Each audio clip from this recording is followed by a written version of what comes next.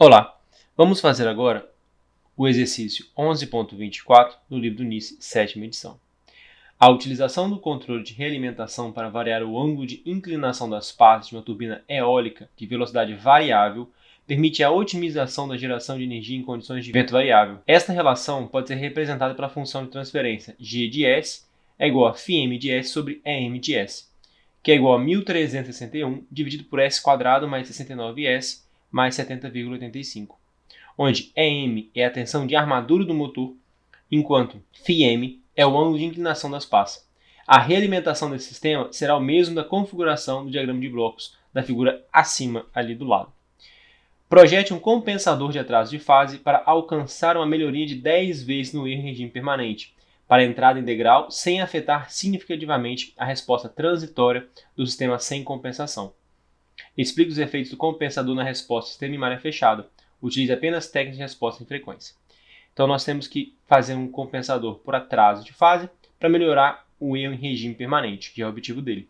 Então, o que nós queremos fazer é afetar o mínimo possível a resposta transitória desse sistema. Vamos lá. A primeira coisa que nós temos que fazer é calcular o erro. Assim, nós vamos calcular primeiro o Kp.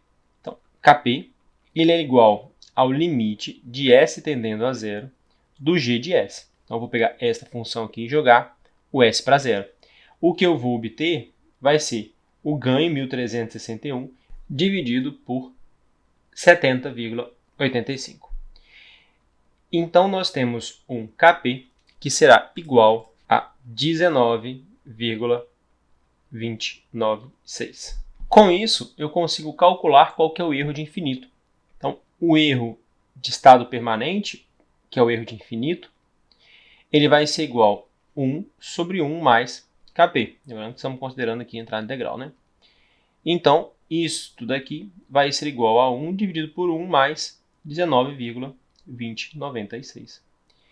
O nosso erro de infinito do steady state, que é estado permanente, vai ser igual a 0,0495. Nós temos que melhorar este erro aqui, então, em 10 vezes, como diz o enunciado. Então, agora, vamos plotar o diagrama de Bode desse sistema para encontrar a margem de fase.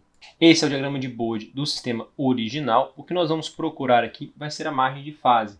Então, temos menos 180 aqui, ele cruza zero exatamente neste ponto aqui. Então, aqui nós temos a margem de fase. A margem de fase vai ser dada nesse instante aqui. Então, esta margem de fase, ela equivale a 77,3 graus aproximadamente. Ela ocorre aproximadamente ômega igual a 19,1 radianos por segundo.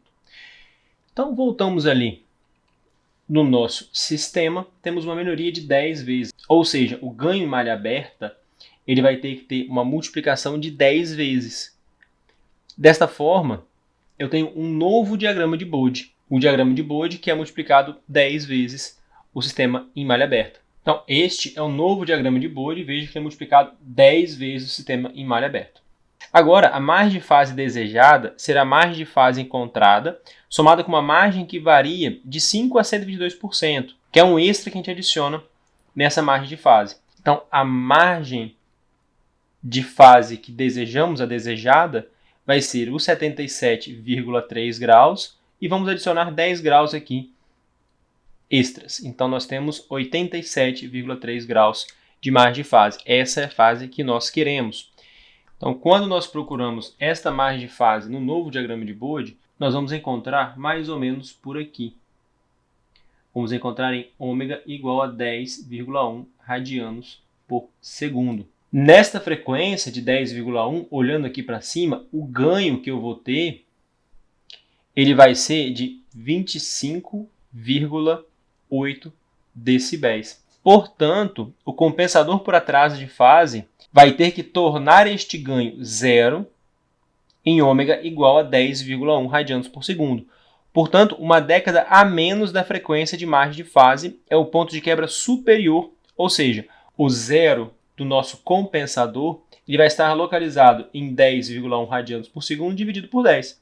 Então, este zero do compensador vai estar localizado em 1,01 radianos por segundo. Para encontrar o ponto de quebra inferior, basta considerar que a partir deste ponto, a curva de ganho do compensador terá um decaimento de 20 decibéis por segundo, porque eu tenho um zero, até encontrar o ganho de menos 25,8 decibéis em ômega igual a 1,01 radianos por segundo. Por isso eu estou usando uma década anterior. Ou seja, a partir dessa frequência, traça-se uma reta de ganho de 20 decibéis por década até encontrar o ponto de ganho 0 decibéis. Este será o valor da frequência de corte inferior. Então, para possuir um ganho em ômega igual a 1,1 radianos por segundo, de menos 25,8 decibéis, com uma década a menos, vai ter um ganho de menos 5,8 decibéis, porque são 20 decibéis por década. Como 20 decibéis por década corresponde a 6 decibéis por oitava, com uma oitava a menos, a gente vai ter aproximadamente o ganho de 0 dB. Assim, a frequência de corte inferior, ou seja, a posição do polo, vai ser a posição do zero dividido por uma década e uma oitava. Então, esta posição do polo do compensador vai ser a posição do zero do compensador dividido por uma década vezes uma oitava. Com isso, temos que o polo do compensador vai estar em 0,0505 radianos por segundo. Desta forma, o compensador GC de S ele vai ser dado por 10, que foi a multiplicação que nós tivemos para elevar o ganho do sistema em malha aberta, que multiplica 0,05 vezes S mais 1,01 dividido por S mais 0,505. Lembrando que esse 0,05 aqui foi dado para que esta parte aqui do controlador tenha ganho unitário, então não vai interferir no ganho do sistema. Aplicando este controlador na função original, nós temos a seguinte resposta ao degrau do sistema em malha fechada. Vejam que antes eu tinha o sistema original com o erro em relação à entrada do degrau, e agora eu consigo aproximar bem mais o sistema depois do compensador.